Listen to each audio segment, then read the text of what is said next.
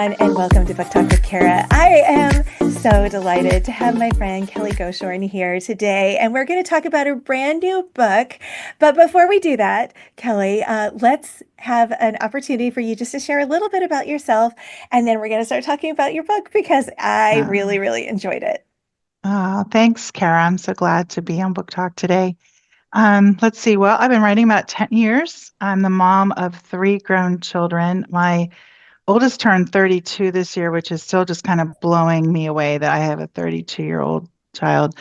I have, let's see, what else? When I'm not writing, I like to watch the BBC period dramas. I love to binge those.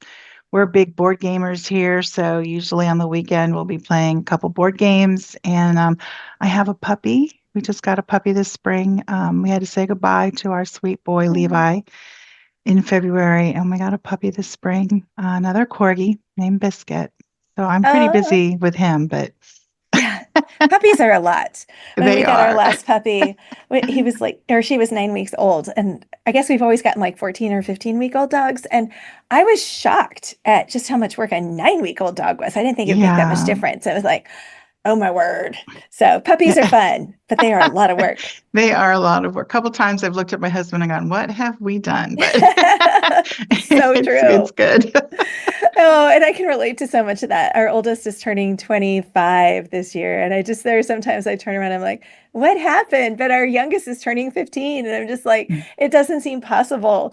But time just flies when we're having fun. And you write all kinds of different stories, but the one we're going to talk about today, Kelly, is The Undercover Heiress of Brockton. And I really enjoyed this book. It's kind of like right at the turn of the 19th, 20th century into the 20th century a little bit, up in the Boston area. And it's very much grounded in real events. So how did you get this original what if for this story? Okay, so that's a great question. So the publisher, Barber, had put out a call that they were looking for stories based on man-made and natural disasters. And there was a link literally to a wiki page that had like hundreds of American disasters. And I just started scrolling through it. And I'm not really sure why I clicked on the Grover Shoe Factory fire, but I did. And what caught me right away was they had a side-by-side picture of this massive factory that took up like 3/4 of a city block. And then after the explosion, and there's literally nothing left but the smokestack. And so it just kind of, at that point, I was just more like, I wasn't even thinking about the book. I'm just sort of like, well, what happened? Did anybody survive that? Like, who could have survived that? There's nothing left. And then you kind of start going down the rabbit hole, hearing about the people that survived and the people that showed up as heroes that day, in the moment, that acted bravely and courageously. And I just kind of knew it was a story I wanted to tell. So, yeah. Yeah. And I mean, you wove this really incredible story around a tragedy. And it was one that I wasn't familiar with. And that was a time period where there were a lot of workplace tragedies happening. And that's eventually led to a lot of our workplace safety laws like OSHA and things like that. But normally when I think of those, I think of like the garment district fires in large cities, or you think of the mining disasters. So when it was this shoe factory that had this massive explosion and fire, it just kind of caught my attention. But it's not this, I mean, it's definitely tragic, but it's not this like really heavy story. So I would think that took a lot of work to turn it into. I mean, there's a little bit of mystery, there's a lot of romance, but it's also not a farce. I mean, you didn't take this like heavy tragedy and then just go, oh, well, that happened, and now here's this light story. It's this really well balanced blending of there's still hope, there's inspiration, but it's very much grounded in the history. Was that easy to do, or how did you come about figuring out like which direction the story was going to go? Yeah. Well, I am a pantster. So if your listeners listen to your show, I'm sure they've heard these terms from the other guests before, but basically that means I kind of have an idea of what I want to write about, but I have no idea how it's going to unfold on the page. So I think the biggest decision was deciding I did not want my hero and heroine to be victims of the disaster. So they weren't in the burning building. when it exploded, but they were just from the outside. So Leo is a firefighter, and Hmm. in the book reflects this, but in real history, the Campello Fire Station was the only other building on the block with the factory. So they were first on the scene right there when the building exploded. And my heroine, Etta, is a undercover investigative reporter. So she's masquerading as a male so that she can write the kind of stories she wants to write. And so she starts investigating along with Leo. They make a deal and try to figure out what's happened and if it's related to a series of suspicious fires in the area. Those fires were all fictional. That's not part of the real history. But this is the first time a real event took center stage in a book for me. Usually I have real events in the books that kind of direct the timeline of the story, but the Hmm. shoe factory fire it's not only a true event, but it's center stage in the book. And so many times I had to refer back to my notes to make sure I had everything right. It was very nerve-wracking for me in a lot of ways, double checking, triple checking things to make sure I had it right. But I think what fascinated me was just the people that, look, one woman, Dora Clark, it was her first day of work. Yeah. And the day was just starting when the boiler exploded and she did not survive. Another man was delivering water. That was his job, and he happened to be in the wrong place at the wrong time. Yeah. Other people who were pinned in the rubble after the explosion were saving. They couldn't get out, but were able to use their arms to help free others so they could get out. The priest who ran in from the church across the street 6 times, I think he went into the burning building to help rescue people. So Yeah. those were the stories that I think brought the story, hopefully brought the novel to life and the event to life in the for the reader in the book. So. Yeah. And it was because I think it's in those kinds of tragedies that we see and hope that we would be that heroic in real life. I mean, I always think, um, like one for me is like Corrie ten Boom and her family in World War II. And I Right, always right, wonder, I'm like, okay, if I found myself in that type of situation or in that type of larger cultural situation, I hope my family and I right, would have the courage. And I think this type of a situation is kind of a microcosm of that. What would I do? Would I be the priest running in to try and save as many people as I could? Or would I be the person with the phone recording the disaster? And I hope that I would be the person running in to save people. And I think that we live in an interesting time where a lot of people are just like recorders of the events rather than active right, participants. And so right. it really is an interesting way to kind of reflect on, okay, we Exactly. need people to be active participants. And there's such a clear demarcation in the book of what does it mean to be a hero, to be someone who's actively engaged. And I think it highlights it so well. And your hero really does have kind of that tension kind of throughout his arc.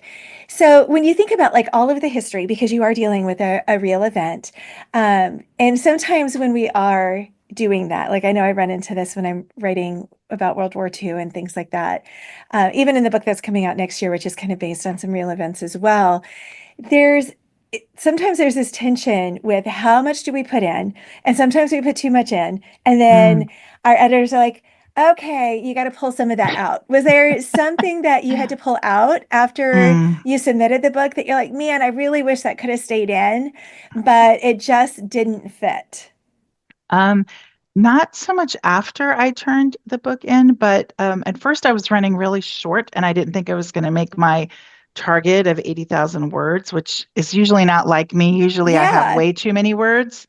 So I went back and I wrote a couple chapters where we see Leo and the fire department fighting another blaze that Mm, was going to kind of show you a little bit more about 19th century firefighting. And then as it turned out, I was over my target. And so I had to take it all back out. I thought that was fun to kind of show more of that history and what yeah, that was really like, more so than I could do with the explosion because things were moving so quickly there. They had 12 minutes from the which is time of the crazy. blast to the time they had to cease rescue Yeah. operations and just fight the fire. So, I was able to save, though. I did work in the bit about the fire dogs, because I thought that was really fascinating how the dogs would Yeah. herd the horses into position, and then the firemen used pulleys to lower the harnesses onto the horse and rig them up to the steamer. You just at that time, you just had some of the motorized fire trucks coming into existence, but most fire stations couldn't afford that kind of equipment. So I was able to save that and put that Yeah. in, work that in, but the rest of it had to go where you kind of saw them working more with the steam boiler and the pump and how that worked and everything. But yeah. Well, I hope you saved it because that would be a great little bonus for your newsletter subscribers. Oh, that's a good idea. Thank you. That's Yeah. a good tip. Thank you. Yeah, I I'll take often will it. do that when I've had a scene or two, like a chapter, and I'll call them the lost chapters, and I'll send Uh, them out as a newsletter bonus. oh, And that's fun. yeah, because Yeah. there Yeah. often are, it doesn't always happen, but sometimes there are those things that you're like, oh, I need a little more word count, or this just does, you think it's going to fit. And then as you go back, you're like, yeah, it just doesn't, but it's still really cool for whatever reason. And so sometimes I know as a reader, I love seeing those, and it can be just a kind of like deleted scenes on the blooper reels of like Right. extras for movies. And you can be like, sometimes I'm like, well, I wish they would have kept that in. I would like to see Oh how that my would have turned gosh. out. I did have a blooper though. I mean, so when we get our galleys, that's the Mm, time like we can just make last minute yeah. fine tuning changes. Like we can't change the story or decide, I want my heroine to have this name or something. And so I don't know how we didn't catch it before this point, but I was reading the galleys, and at the end of chapter one, I had them walking away from each other, the hero and heroine walking away from each other. But then at the beginning of chapter two, he's still holding her hand. Oh And I'm my like, well, unless she's got gum arms, gosh. She's and I, Elastigirl. right? And I was just like, thank you, God, that we caught that because, oh, I think what happened probably was in the edits, we had made some changes and then thought we were good. Like we probably made a change in one chapter and we just hadn't followed through. So, Oh, it's so thank you, easy God, for for that to that. happen. Yeah. Yeah. So that was really good. I call Yeah. that my blooper because Yeah. that came really close to not getting caught at that stage. I've never had anything like that caught before. So I was, Yeah. yeah, That's where you're Elastigirl, like, that's perfect. well, we just saw Fantastic Four over the weekend, and the kids were like, I think Incredibles must have been inspired by Fantastic Four. Because I mean, I know nothing about Fantastic Four until seeing it. And we were like, and it was like, okay. Although I guess the doctors, like the Elasta person, I don't know what he's called, but anyway, it was fun. But I love Elastigirl. I'm like, I could use some of those skills. That would be great. So, The Undercover Heiress of Brockton is your most recent book, but how many do you have out now? I have four books altogether, one other full-length novel, A Love Restored, and then I have two novella collections, one of which we did I together, know. Yep, that was Across so the fun. Shores, and then I have a Christmas novella collection called Chiseled on the Heart. And when you think about all of those, because novellas are very different from full-length novels, and sometimes they're a lot of fun, especially like the collection we did, where there's some feature that's kind of connecting all the Right. stories. What's your biggest challenge as an author, whether it's novellas or the full-length novels? What's your biggest challenge? Well, I thought writing the novellas would be a huge challenge because, like I said earlier, I usually have way more many words than I can use. And I thought, how Yeah, am I going to tell a story in 25,000 words, which was the length of the Christmas novella. And that actually worked very well. You just kind of have to like no side plots, yeah, it's no very secondary clean. things going Yeah. on. Very, yeah, stay on your mission. But I think as a historical writer, going back to that, partly it's the research. Can you find what you need?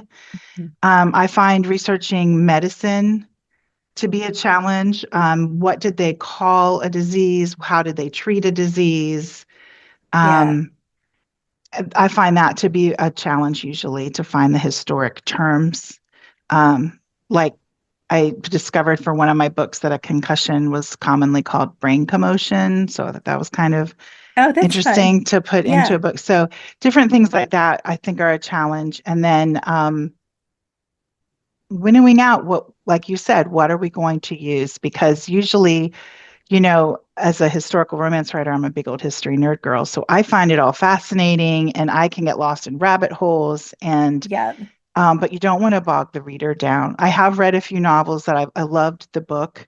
I'm thinking of one that took place in Texas with oil, like the oil boom, like the Hmm. 1890s maybe. And there were a few pages there where they really got into this fellow working on this oil rig. And I was just like, okay, like, Yeah, I like there got was it. too much detail. Like Yeah. sprinkle it out. Maybe another time he's working, give me a little bit more, or it was a little bit too much. So trying to find that Mhm. balance is always tricky because I want it to be um, true.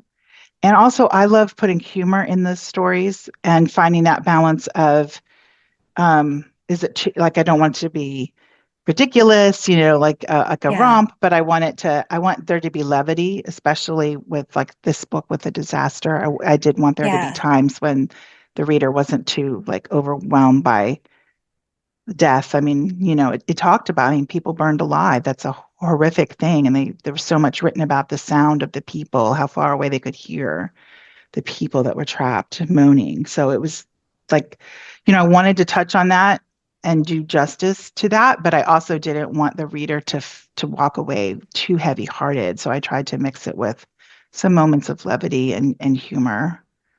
Yeah. And you were really able to do that with the heroine being an undercover investigative reporter. Because she really brought that because the hero, with everything he saw and everything he experienced, kind of was the levity or the gravity. And then she just, for to a large extent, did bring kind of the joy and the humor to it, even though she was also investigating and going after. She wanted to do the serious things, but also just because of how she was going about it, got herself Right. into lots of crazy situations. Right. Yeah. So, if you had the opportunity to have this book made into a movie, have you thought about who should play the leads? You know, um, I I don't. And I was just thinking that I should have spent some time on that. I just That's nothing came okay. to Some my people are mind. like from the very first moment, they've got like these are the, actors and actresses who would play the parts, and others are like, nope, no idea. So Right. not And a I problem. have in some of my other books, but this one I picked like my images were random images I Yeah, found just out on the web, not of famous people. And so I was thinking about it, and I'm like, I'm not really sure. Do you have a yeah, thought? Like, did anything poke in your mind when you were writing that question of like or reading the book that like because I honestly I'm like, I don't know. I really don't know who I would pick. yeah. No, it was just I had so much fun reading it. I just kind of went with it and enjoyed it so Yeah, much. it definitely have to be someone who can pull off the humor. Because several of the scenes, I mean, the ones that made me laugh anyway were, because you have them getting attracted to each other, and he knows from the get-go, of Yeah. course, like from the opening scene that she's undercover when she has a sort of like a wardrobe malfunction, but totally rated G. Yeah. And so, but sometimes when he like, there's something I wrote about him wanting to kiss her, but like the only thing stopping him was her bushy mustache, which kind of made me crack up. But, Yeah, exactly. yeah. So there definitely have to be a woman who could pull off that humor and the straight man to her. But I'm not sure. Oh, that's terrible. I don't have an answer. Not at all. So you've been writing for 10 years, but when did you first know you were a writer? Um, maybe 12 years ago. Yeah, That is, I was not one of the writers who knew like from the time they were little they wanted to be a writer. I would say in hindsight, I have loved writing, but I never thought about creative writing. In fact, I thought I was hopelessly uncreative, truly. I mean, not a creative bone in my body. And um, all my writing was historical papers. So I did a lot of research papers. I have a master's of education in history. So lots and lots of papers, but nothing creative. And I got to a point in life where I needed to change. I just felt like I was in a rut, and we started Yeah. praying for God to give me a new direction. Um, my husband and I, my small group, we prayed for like 2.5, 3 years, and the writing thing started, and that could just kind of started because I love to read, and I was just like, my son always wrote.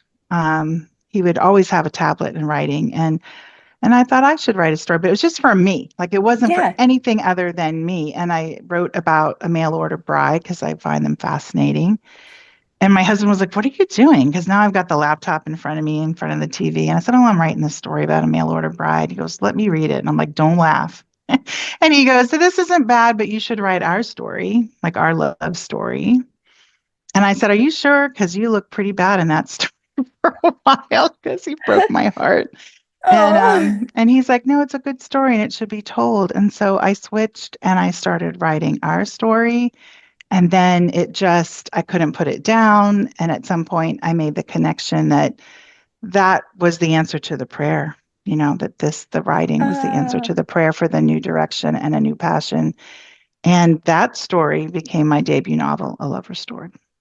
Oh, I love that. That is so sweet. So And that book is our love stories, but sent in 1870s Virginia. So oh my gosh. And how cool and sweet that your husband was like, you need to write our story. yeah. So if you do read it, be patient because he is a good man and it ends well. That's awesome. Oh, I It love ends that. well. 35 years later, I can say it ended well. That's amazing. I love that. So you said you're a pantser. What kicks off like the initial what if for a story? I mean, if you're Um, not sitting down and plotting books, how do you get that initial, oh, this is an um, idea I'm going to follow to the right. end of a book? Sometimes it's a scene that I see in my head. Like I have a Civil War series that's sitting, waiting to see the light of day someday that I was at work actually, and I just saw this man run into a church and say, "Stop the wedding." And I'm like, "What's that all about?" And then the next time he ran into the church and he said, "Stop the wedding. He's marrying my wife." And that really got my attention. Yeah, that would get my attention too. And so that became that story because I had to figure that all out. Like, why would he do that? What was that all about?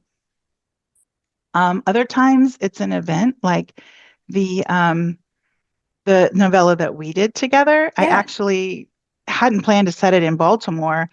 And I was looking, I was trying to set most of my stories here in Loudoun County, Virginia, where I live. And so I wanted the woman to be fleeing because our stories were all about going from one country to another country. So I was going to have her trying to get to her aunt in Australia, which was the first story. So I needed her to get to the port, and that was the closest port to me at that time would be Mhm. Baltimore. And then every time I was searching for information about ships out of Baltimore, this railroad strike of 18, gosh, now I'm forgetting the year. I think it was 1872, just kept coming up in all the Google searches. And I went down the rabbit hole. And then I'm like, oh, well, this would provide a great Yeah. reason for her to be stranded somewhere and would work into my story. And so I decided to reset it. So sometimes it's something Yeah. like that just came up, or ideas. The Christmas novella. There was an event that happened here in this county during the Civil War on Christmas Eve, 1864, that is a tragic event. Actually, some Confederates stormed a home where a Christmas party was happening, and a Union soldier was with his family, and they shot and killed him um, on Christmas Eve, which was really tragic. And so I used that as sort of the initiating event. So the story Yeah. actually takes place 3 years later, but that was the event that kind of Kicked was it off. that kicked it off. Yeah. Wow. Oh, I So love that. sometimes I find little tidbits like that, and I'm like, I need to find a story about that, and it just starts Yeah. going, usually I can see the beginning of the story, like in that Christmas novella, I could see the hero at the grave um, of his friend that died, and then a woman, like the woman coming and like she was coming and leaving flowers every year, and nobody knew who was leaving the flowers on the grave until that year. So it was just something I could see in my mind, but I didn't really know where Yeah. the story was going to go. I usually can see how they start. Oh, that's fascinating. That's Yeah, I'm not really a pantser, but I'm not really a plotter. So I'm kind of in between, I guess. But Uh-huh. just starting with just like that glimmer and then going is just terrifying to I'll me. usually So do a little bit of character work so I know who they are. yeah, But I don't know where the story is going, usually beyond the opening, maybe chapter or two that I can see. yeah. Um, and they usually take me for a ride and we see where it goes. I think I if I love took the time to plot it, honestly, part of me thinks I'm just too impatient. But then the other part of me thinks I would probably come up with some other idea and all that work I did would just like I would just set it yeah. aside for the new idea.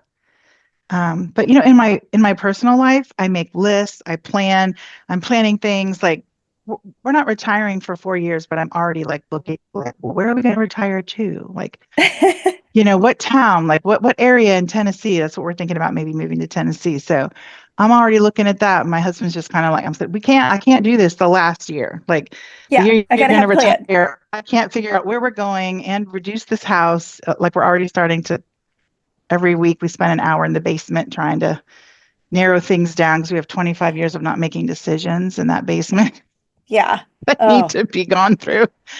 So, but not when it comes to writing. Yeah, I guess that's maybe so I'm too funny. impatient. It's funny how that's just like a different area. You just approach it differently. And that's really kind of fun. I love Yeah, that. I thought I would be. I mean, I bought all these books about outlining your novel and I read them and I just never did it. I don't, but Yeah. I do think even pantsers need to have an understanding of story structure though.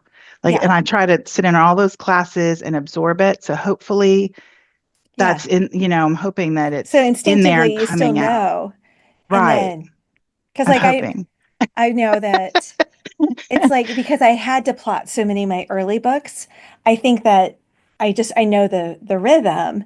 And Right. so it's like it's in my head. And I think if I got it out of my head onto paper, it would go even faster. Because when I've plotted a book, I can write it so fast because it's just string and beats. You just put it all together Hmm. because it's all thought out. Instead, I hold it in my head and I'm like, that's not always the best thing. But I'm kind of Yeah. lazy or I don't have the time or I don't know, But whatever. plus, your romantic suspense books, I'm wondering like how many romantic suspense authors like with the more complicated, twisted plots of like Yeah. leaving the breadcrumbs and who's the villain and some of that, maybe more intricate planning needs to be done. Whereas, Oh, Colleen swears it's all pantsing, which oh it gives me wow. heartburn. I'm like, oh, Wow.